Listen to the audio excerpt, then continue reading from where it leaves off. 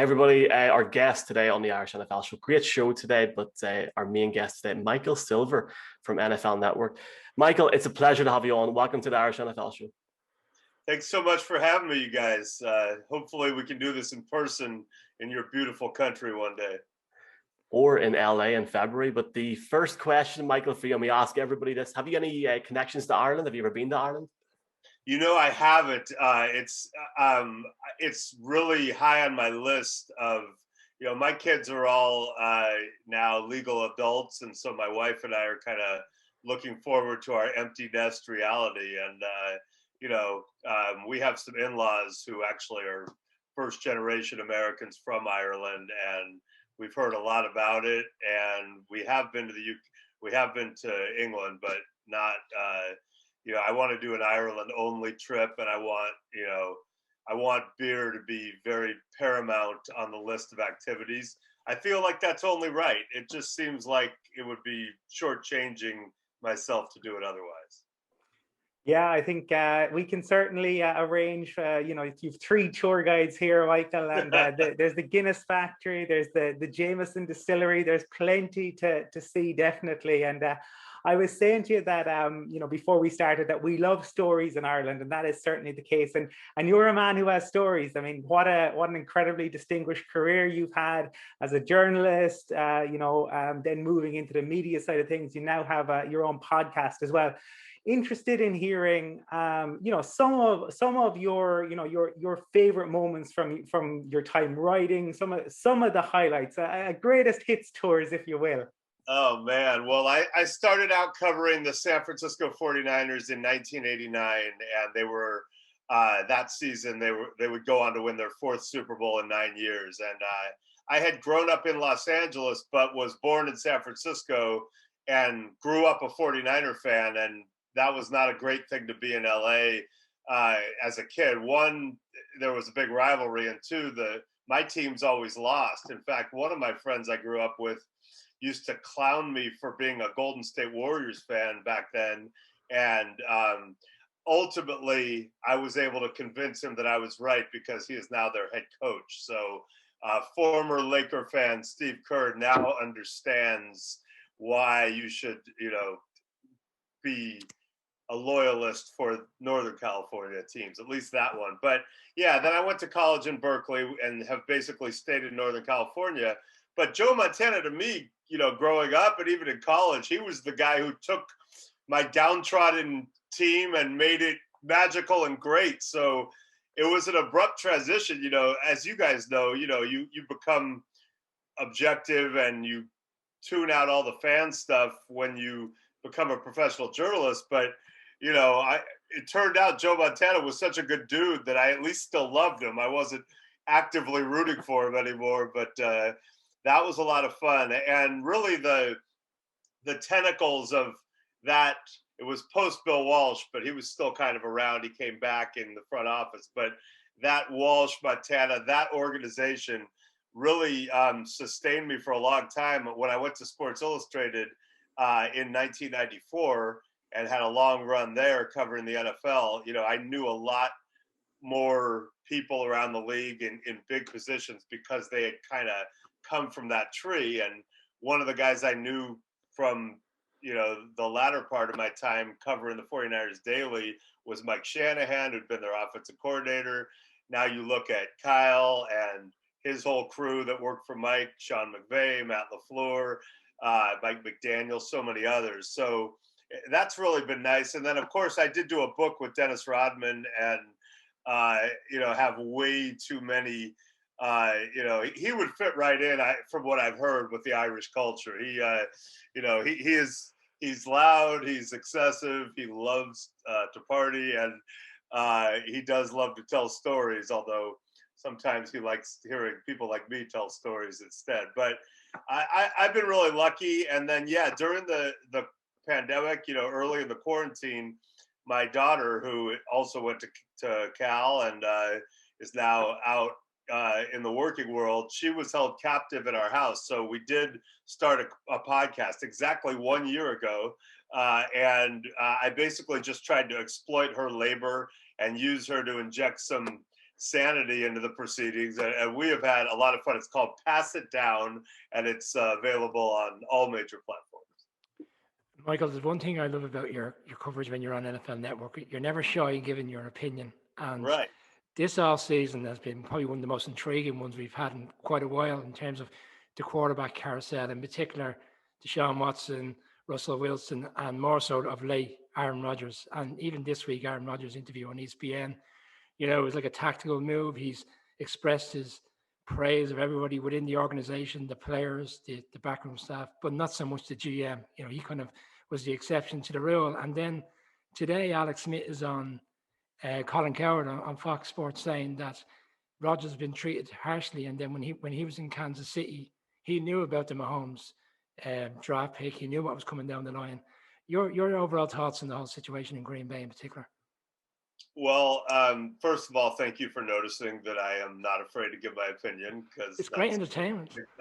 I was a newspaper columnist before I went to Sports Illustrated, and that's kind of my natural mentality, is to go strong on opinion. And then for 13 years at SI, I had to kind of, I was a journalist, but I did do some online columns, but then I went to Yahoo in 2007 and I came roaring back. But yeah, it's an extraordinary time. I did a story leading into the Super Bowl, last January, and we called it the Brady Effect. And it was basically talked about all the quarterback upheaval from the previous season and that we were anticipating this coming off season. And I agree, it's turned out to be more than we even bargained for. But, I think the mentality has changed, both in terms of teams, as you saw with the Rams' willingness to move on from Goff, and the Eagles and Wentz, and the previous year, the Buccaneers and Titans not picking up the options and moving on from Winston and Mariota, and from the quarterbacks themselves. It is a little bit more like an NBA mentality. Brady was an extraordinary situation, but seeing Brady be able to pick his new team, a franchise that had not done much of anything save for one season where they won it all, and then take that team, which they then loaded up around him, to the top, definitely, I'm sure it affected Russell Wilson and Aaron Rodgers and others. Now, as far as Rodgers, and I'll start with that one, my appetite for quarterback upheaval is a little different from, I think, a lot of younger fans who think that controversy or things going on Twitter or whatever is just such an jolting, insane thing that people couldn't possibly weather. I mean, I came up covering Joe Montana and Steve Young every day, and they were together for 6 years, including 2 when Joe was hurt, his final 2 seasons in San Francisco, when Young won a passing title and an MVP, and still Montana had the fan base. And then I saw the Favre Rodgers thing up close and personal, and those are probably the 2 highest profile ones. But I've seen a lot of these, and it's seldom smooth, even when you have a legendary presence who's done so much for the franchise toward the end. So yeah, when they drafted Jordan Love, and as Alex Smith said, didn't give Aaron Rodgers a heads up, and I could see that. But more important, I think, in the immediate aftermath, didn't sufficiently give him a sense that, hey, we did this, we like him, but you're the guy, and we're going to show you that you're the guy going forward for a while. When that didn't happen, it clearly set something off in him, and he channeled it and had an incredible season and got to the brink of a Super Bowl, and then not insignificantly lost out to another legend, Tom Brady, whose organization had the exact opposite philosophy, which was, oh my God, we've got Tom Brady, and it's crazy that he's still this good at this age.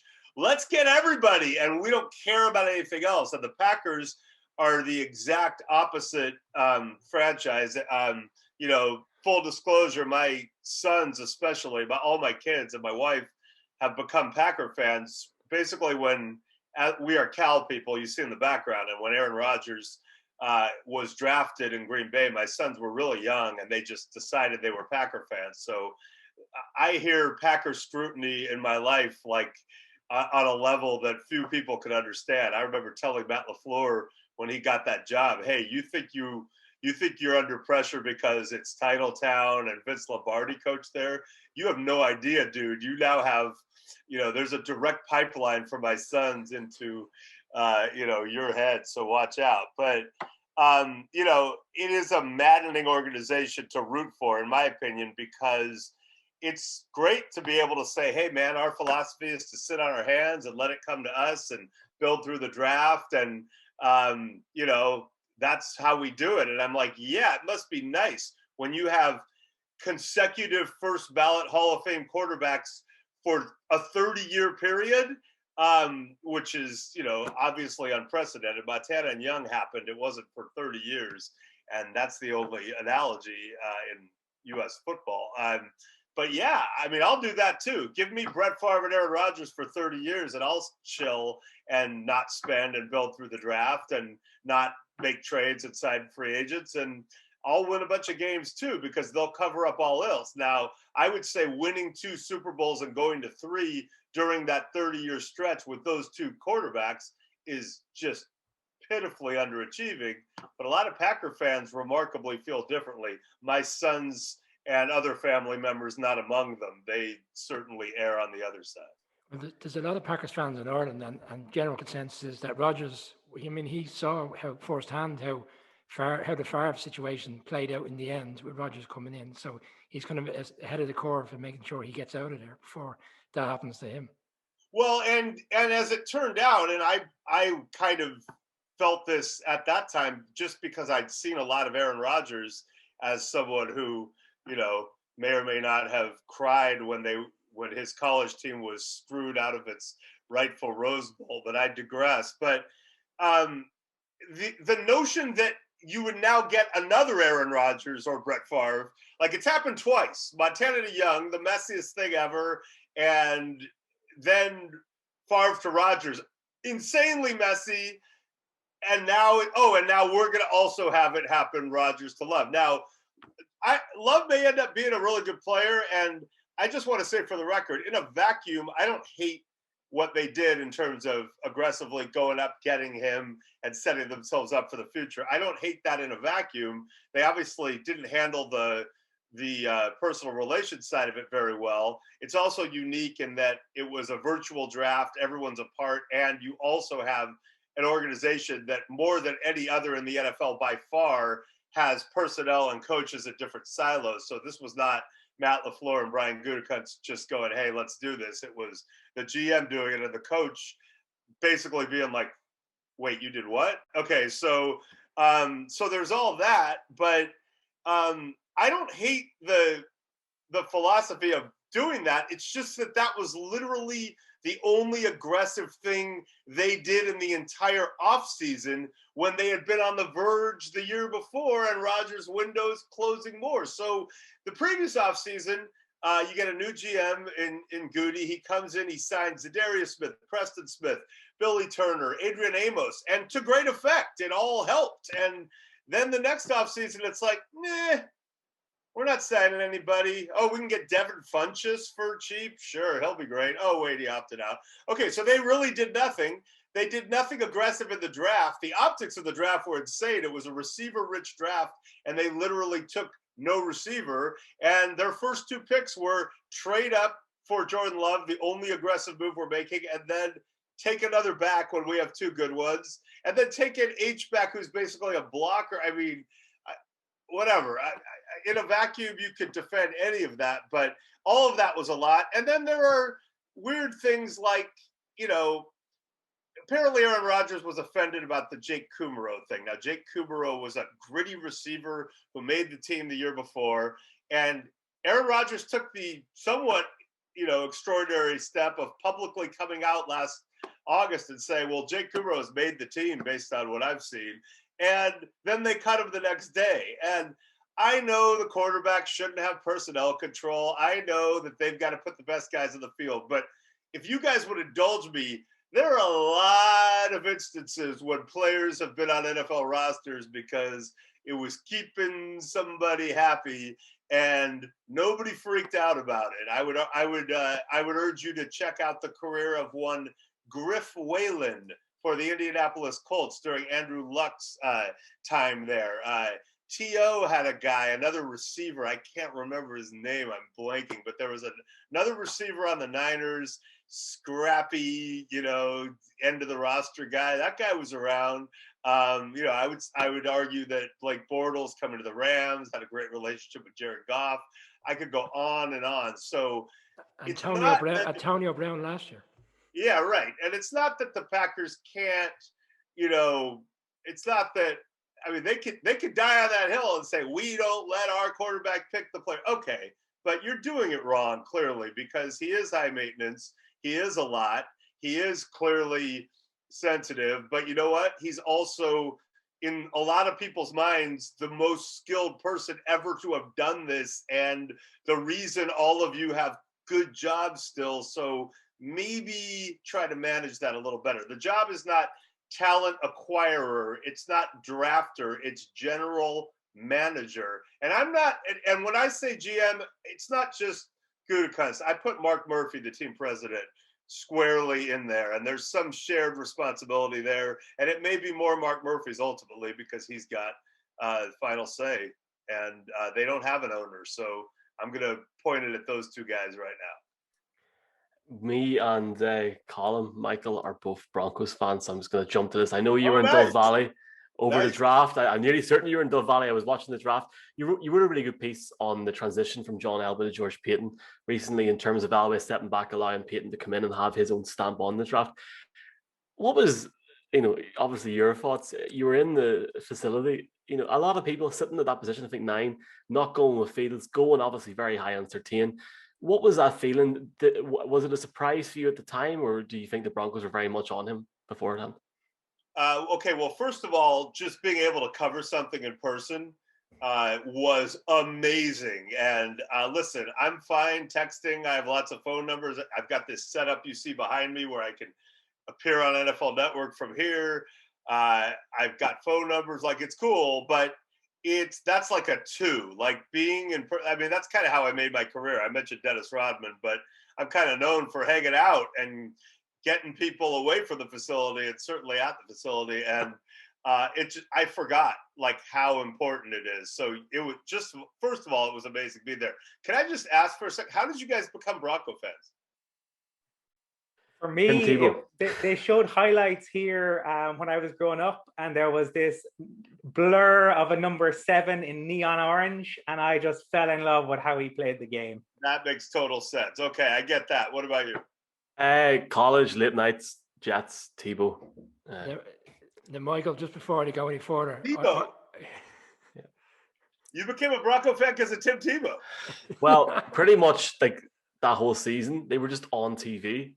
It was insane that season. Are you gonna be a Jags fan if he makes that roster? No, absolutely not. I got very lucky. I got a jersey. It came to Ireland. It actually got held up in Iceland. There was a $40 processing fee. 2 weeks later, he got cut, and then Manning came in, and it's been pretty sweet since. But that's why I got very lucky. So yeah, you got very lucky. And who do you root for, if anyone? Michael, my first game in which I saw live was the Giants Broncos Super Bowl 21. Yes. And thankfully, so the Broncos were involved. But thankfully, I picked the right team. I'm a Giants fan. You're a Giants fan, all right. Phil Simms, Rodney Hampton back in those. I'm showing my age, you see, Michael. One of the great things that the Giants did this offseason, and then I'll get back to the Broncos, is they kept their defensive coordinator, Patrick Graham. He was fantastic last year. He had come from Miami. And Logan Ryan, I believe, is the one who nicknamed him Black Picasso, which I love and I will run with. But this is a guy who would have had head coaching interviews. I know the Jets had him on their list. And people might have said, well, that's early. But, Brandon Staley, same thing, and he got one. I'm sure this guy's a future head coach. His strategic acumen is ahead of the curve. And, his players really, I think his teachings really resonate with them. So I've got my eye Patrick Graham. So enjoy him while you got him. Well, Michael, sorry, one point on that. Last year when he came in, he was announced straight away as the assistant head coach, and people raised their eyebrows because Jason Garrett, who come in as the coordinator, right. didn't get that opportunity. But I think now after 12 months, it's clear to see as to why that was the case.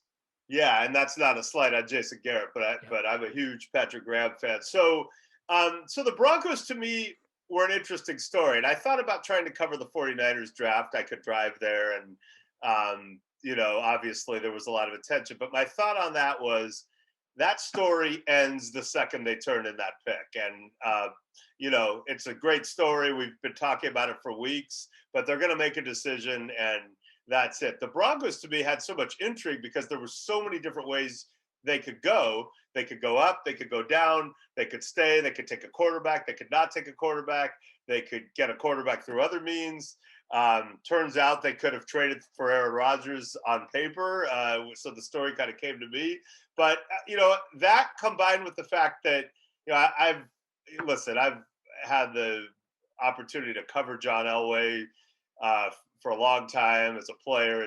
One of my all-time favorites. So the thought of Elway stepping aside, but picking his successor. Peyton is a great story. He's a guy who has been held in such high regard for so long. Love him as a dude. And the fact that he finally went was a big deal. And then Fangio, who is a crusty dude that I know very well. And he is not, he's not an idiot. He's not only a brilliant defensive strategist, but he kind of knows he has to win a bunch of games in a really tough division. So, like, when we were talking before the draft, Vic and I, about Trey Lance, he was like, are you kidding? Like, yeah, he's got unbelievable potential. He went to North Dakota State and barely played. I'm fired, not in so many words, but I'm probably fired if we start him. So, you had Fangio's perspective, which is, I got to win now.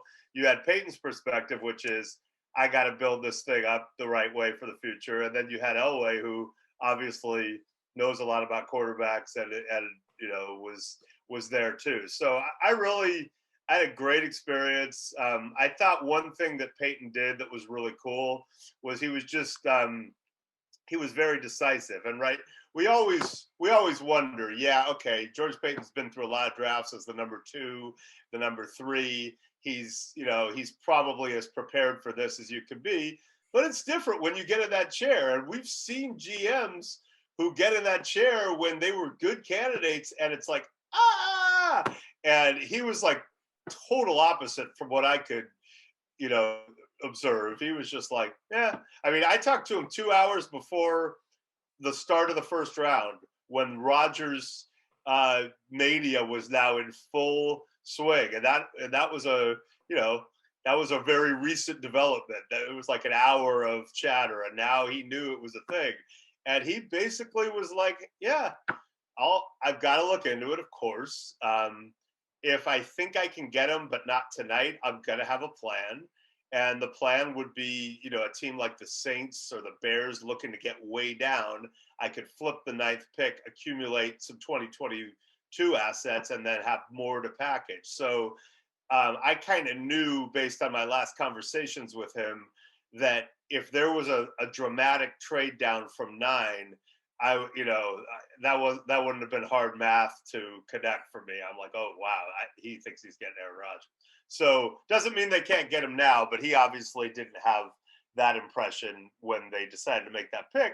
And then, Bridgewater had just given them enough of a peace of mind that he thought, we really do like, it probably would have been Fields there, right? We really do like Fields, but I'm going to take the guy that I think is the best player. And like me, because George used to work for the Dolphins way back when, like me, he knows the dad. And Pat Surtain, the elder, is one of my favorite dudes and players that I've ever covered. Just exudes swag, but in a very, very humble and hard, I don't know about humble, but like a very noble and hardworking way. So I figured, I remember hearing early in the scouting process, this guy's better than his dad. And I finally messaged Pat, the elder, and was like, if he's better than you, then he must be pretty bleeping good. And he was like, yeah, no doubt.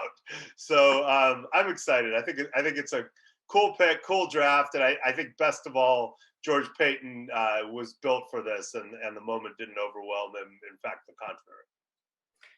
Well, certainly as the first team to have missed the playoffs for 5 years after winning a Super Bowl, Broncos country is hoping that Teddy Bridgewater or Drew Lock are the answer. But I guess time will tell. Now, one of the things I think that this draft was interesting, and another colossus of the say journalistic and sports network industry is Peter King, a friend of yours. Oh, really? Very, very good friend. Yes. And Pete, Peter was kind enough to come on and talk to us as well. And one of the things that in the run up was he was talking about in years past, quarterbacks didn't go quite so early or quite so frequently. And I know I read an interview that you did where you said, I think was it that one is the loneliest number. So I'm interested in hearing your thoughts on this year's number one overall, Trevor Lawrence, but also obviously in kind of so many QBs going, going in the top 15.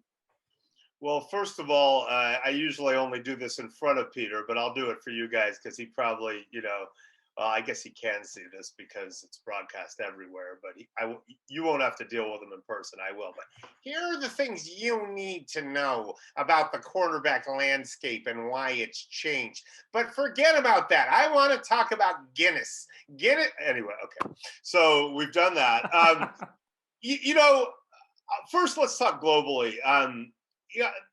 Before 2007, basically, if you asked me who's a quarterback who came in immediately, played right away, got it, and never looked back, I'd go, oh yeah, Dan Marino. That you'd go, oh, who else? And I'd be like, no one. I mean, I could find you guys who played as a rookie and then got way better pretty quick, like Peyton Manning. I could find you guys like Rick Meyer who were really good as a rookie, but then kind of tailed off. But to find a guy who just came in, got it, and stayed good. And I don't mean like Roethlisberger, who kind of managed the game for a good team, but got it. It just wasn't the way it worked in the NFL. And there were so many guys like Aaron Rodgers and Phillip Rivers who, because they waited, seemed to benefit from it. But then in 2007, that all changed. Matt Ryan and Joe Flacco came in, looked very, very comfortable right away, especially Ryan. And in Ryan's case, he really hasn't stopped. Flacco obviously plateaued after winning a Super Bowl, and it's gotten worse. But that really changed a lot of teams' thinking. And part of what's happened is NFL coaches have been more savvy about incorporating college concepts into their offense and not making every quarterback, you got to learn, my way, the really complicated way right away. So that happened. And then the final piece of that is the rookie wage scale came in. So instead of having to pay closer to market value for your high draft pick at quarterback, you were ripping them off. And that's because the current players sold out the future players in the CBA talks in a calculated way. They got some things for it. But now you have an artificially depressed market where you get quarterbacks cheap for, up to 5 years, really, with and then you can franchise them. So because of that, it's less of a risk, and it's also a good business decision in that if you're a team like the Seattle Seahawks and you're loaded up and you're coming into your own in 2012 and you hit on Russell Wilson, well, you've got 4 years without having to pay him, and you could pay a whole lot of guys around him, and that's a luxury, and we're seeing teams, the Chiefs had it for a while with Mahomes, the Ravens have it with Lamar, the Bills have it still with Josh Allen. You've got a little window there. So all of those things together have made it much more,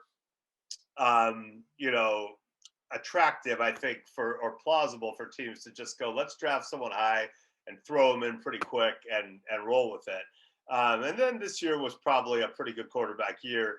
Trevor Lawrence, I feel like he's one of those guys who we all heard he was going to be number one. He looks the part.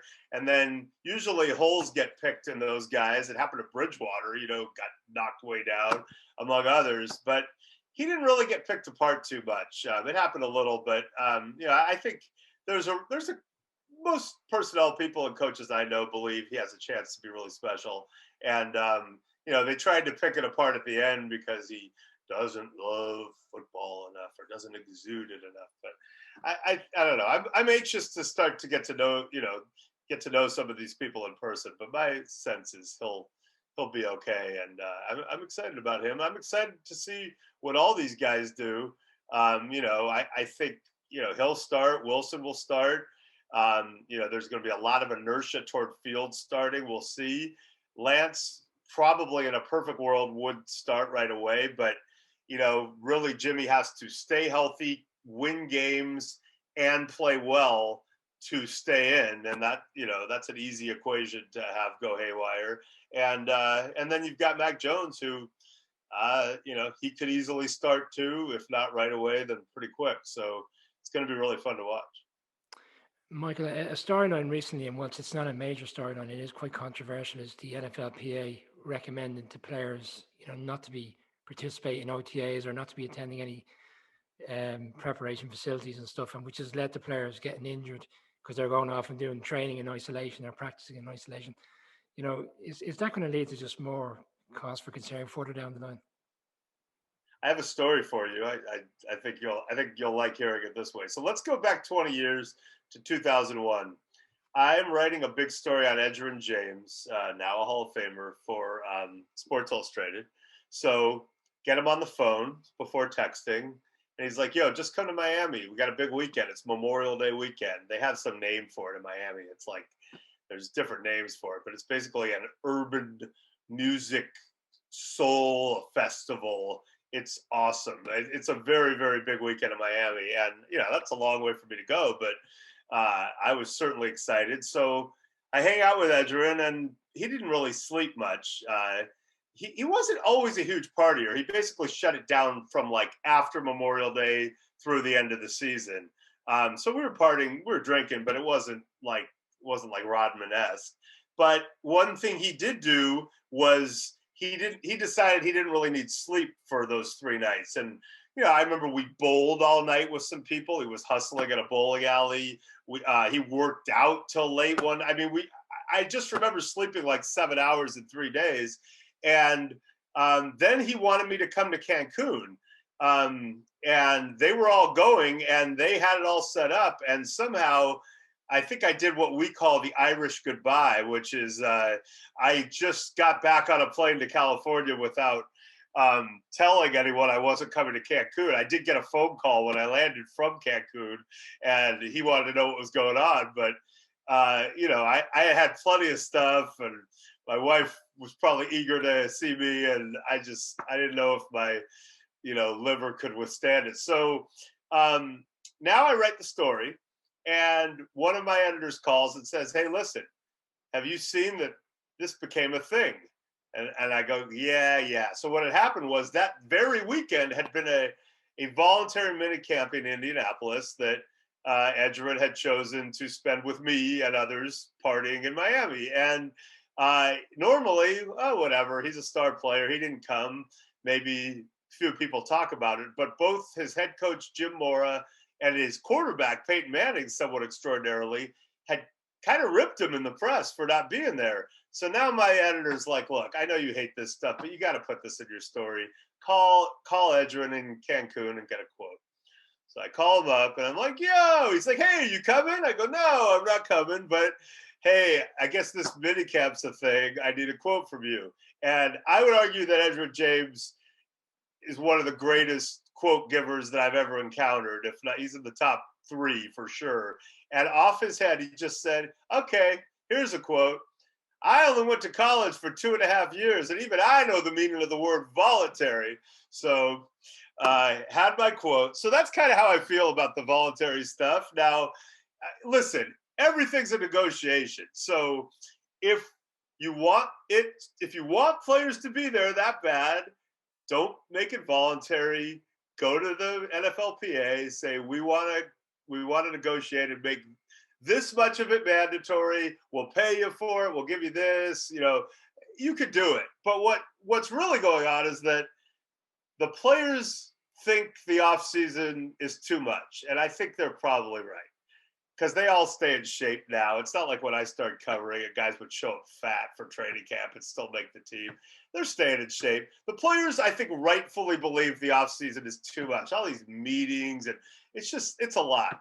The coaches and outliers like Peyton Manning are like, what do you mean? That's not enough. We should have you every second of every day. And they're like going to use any pressure tactic they can to get guys there. But the owners, who are really the ones negotiating against the players, do not care. And we saw this in 2011 when they had to settle this very, very difficult lockout. And the owners were like, oh, you want like reduction in offseason stuff and all that? Yeah, okay, whatever. Like, sure.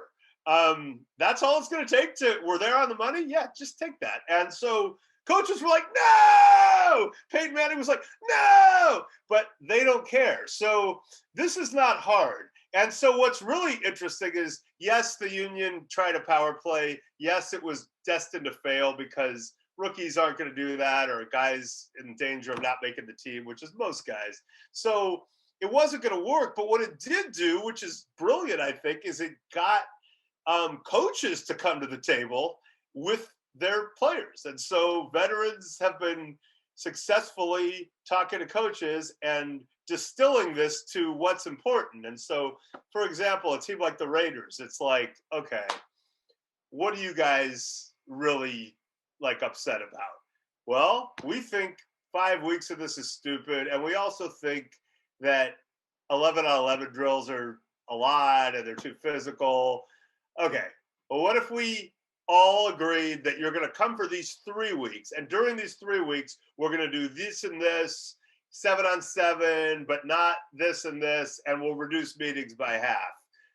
Okay, let us talk to the guys. Okay, you know what? We'll do that. Boom, problem fixed. So to me, it's not that big a deal. I mean, we saw last offseason, like, oh my God, there's not. I mean, let's see, a 44-year-old quarterback, 43-year-old quarterback changed teams and went to adapt to a new offense and system and terminology and new teammates with 0 offseason and 0 preseason and won the Super Bowl. I think, like, the mystique of we won games because of OTAs. Yeah, okay, maybe.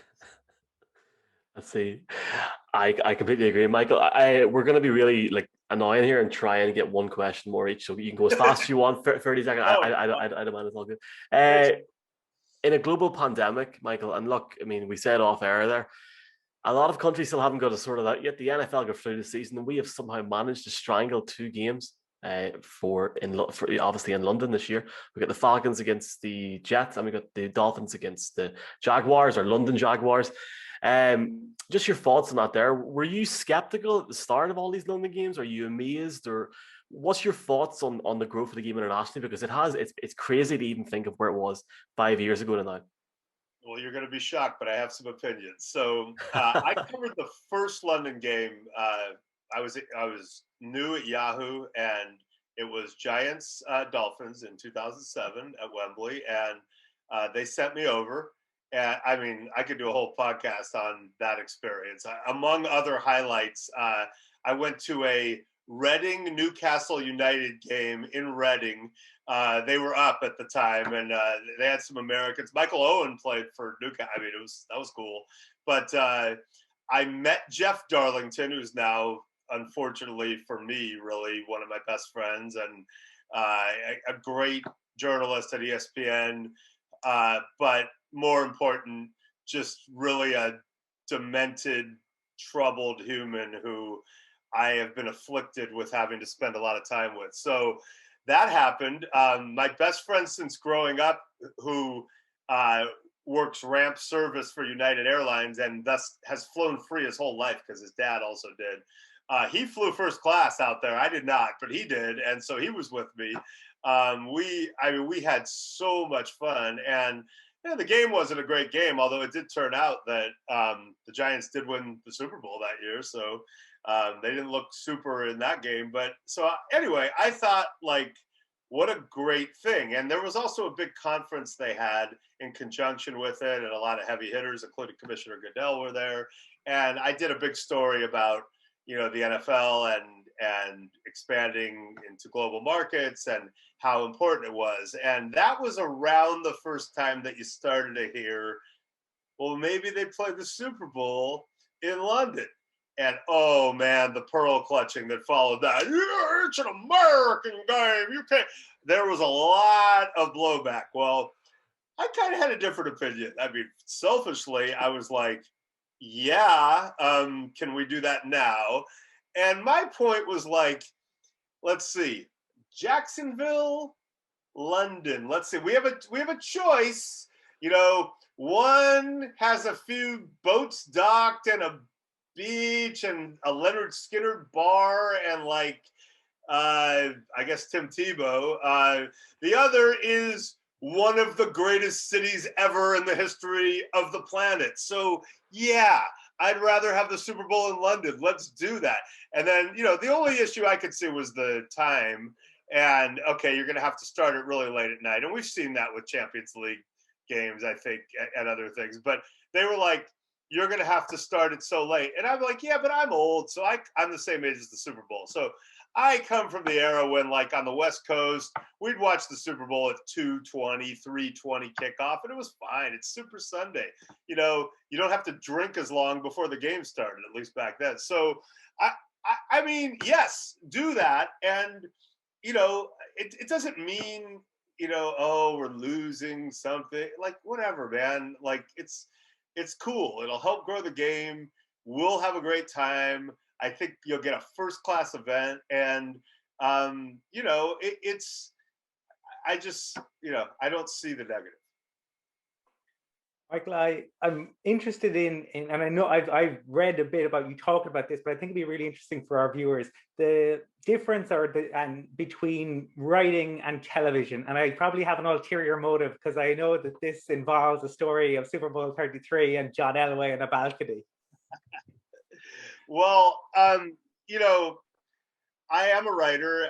I never really wanted to be a TV person, not because I didn't want to be. I just, I was a sports writer, and I like writing, and I thought I was pretty good at it, and I like reporting, and that was cool. And I got to work for, my dream job for 13 and a half years and left on my own. I mean, I never thought any of that would happen at Sports Illustrated. So, and I worked with Peter King and Dr. Z, who's a living legend, and Rick Tellender. I mean, I was, really, really felt fortunate. But, I did hit a point in 2013 where, when I was talking to NFL Network, where, I mean, getting outside of my comfort zone and nice kick in the butt felt really exciting. And I also know how things are changing, and there's a lot of power in visual, media. And I'm not gonna be honest. I'm not gonna lie. Writing is really, really, really hard, and getting harder as I get older and focus and attention span. I still do it. I just, I just bleed all over the place even more than I used to. So I like having the juxtaposition between the two. And yeah, you mentioned Super Bowl 33. So, I covered Super Bowl. I covered, I think, 13 consecutive Super Bowl game stories for SI. Which I believe remains the record, consecutive at least. But, I did write the game story when the Broncos upset the Packers in Super Bowl 32, and, had great access to Mike Shanahan and John Elway. And actually, believe it or not, Mike Shanahan stuck me in his hotel suite after the Friday practice for our time together leading in, and actually said, I'm going to take a shower, and made me wait an hour, but put me in a room with his son, Kyle, who I think was 15 at the time, maybe 16. And I sat there for an hour with Kyle, and we didn't really talk football. It was a lot of me going dude, what's high school like? What's it like being Mike Shanahan's son in high school in Colorado? That's got to be cool. How are the girls? I mean, it was hilarious. But anyway, what a story for John Elway, who had, he did have the unfortunate experience of playing for the second most prestigious San Francisco Bay Area academic institution. And that's, we all make mistakes in life. I did happen to attend as a high school senior against all odds his last college game, which you may have heard of. It featured 5 laterals through the Stanford band. It was pretty much one of the greatest moments that's ever happened on earth, and unless you are John, in which case it sucked. And so listen, I was so happy to see John win that game, and he had the helicopter twirl.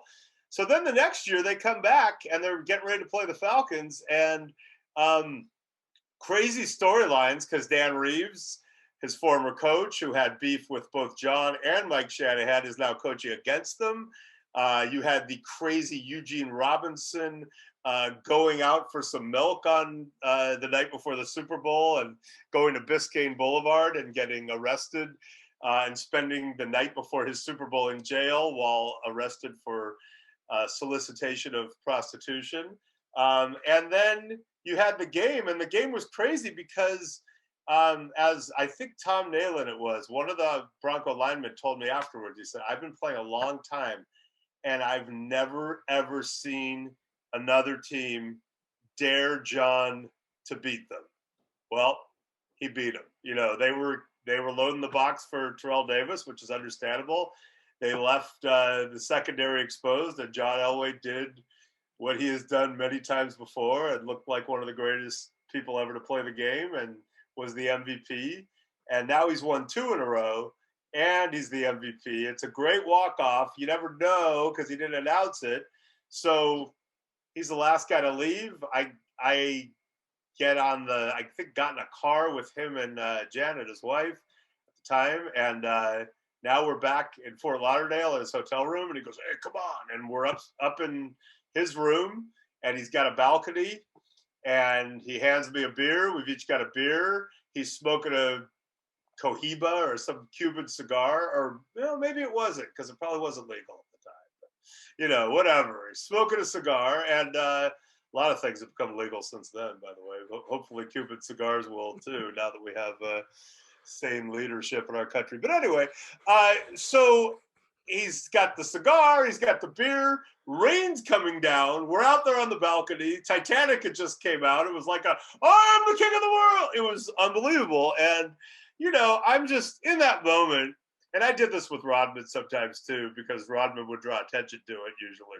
Oh, it's never going to get any better than this, bro. But as I went through the whirlwind and got amazing access and got to work, for the magazine I grew up dreaming about working for, it was a lot of it was a blur, but there were moments where even I was like, able to be like, I think this is pretty like unreal what's going on and surreal. So that was one of those where I'm like, yeah, I'm out on the balcony with John Elway. It's raining. We've got beer and cigar. He's Super Bowl MVP. This probably is his last game.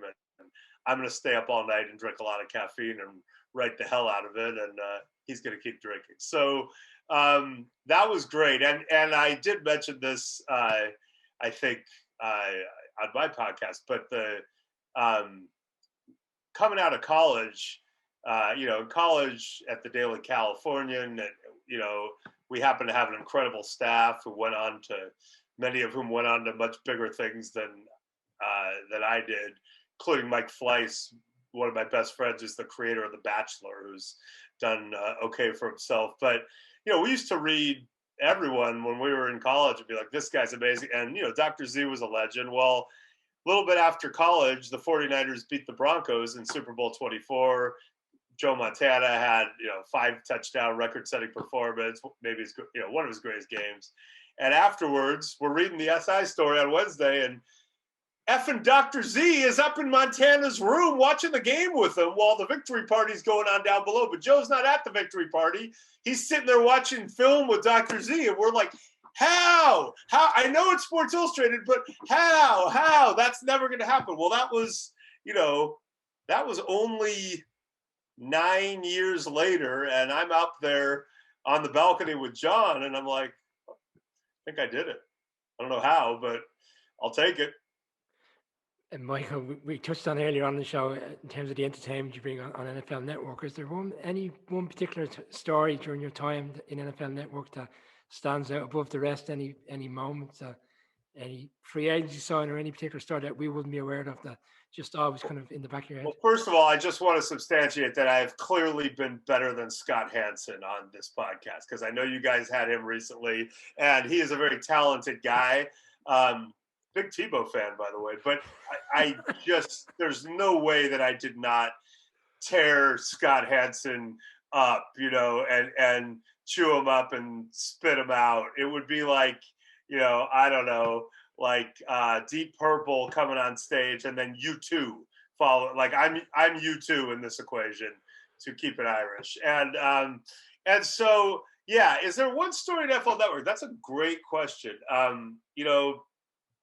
It is interesting because when I went there, I mean, let's just say that I was probably the roughest person in a very personal way toward NFL owners during my time before that. I used to do annual owner rankings on both SI.com and Yahoo that were, pretty incisive. And so the fact that they then hired me, combined with the fact that journalism has changed, I never thought I'd be working for an entity I cover, certainly.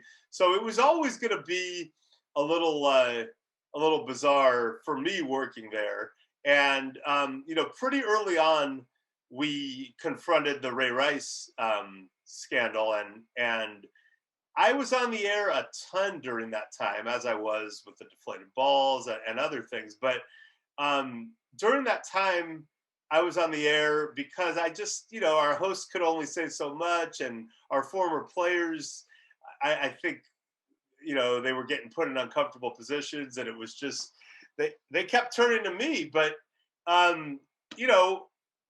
there was a scandal involving the company I now work for, and in the building where that company is headquarters, with bosses tangibly freaking out before your eyes, I was then trying to talk about it on the air, and I got a lot of blowback, and it was interesting. A very prominent NFL head coach texted me one night and was like, "Hey, it's paraphrasing, where's the badass journalist I used to know who calls it like he sees it?" I was like, "Whoa, and then I had former players who kind of were like, "Dude, you're sounding like a company man." And I know I wasn't, but it was just a weird thing. I was like thinking, you guys go work for Procter and Gamble, and when there's a scandal that threatens in people's minds the existence of the company, go on Procter and Gamble network and broadcast with everyone hovering around. But so it took me a couple of days, but then I feel like I did find my footing. And I think on game day morning, so maybe day 3 in, and by the way, they had already appointed Robert Mueller, of all things, to issue a special report on that. No Bill Barr to announce it prematurely, but it was, in fact, Robert Mueller. And I just remember going on game day morning and just going, whatever, I'm just going to say what it is. And I was like, let's face it, this is an absolutely embarrassing moment for our league. And I just let everybody happen. And I was like, and by the way, don't hit women.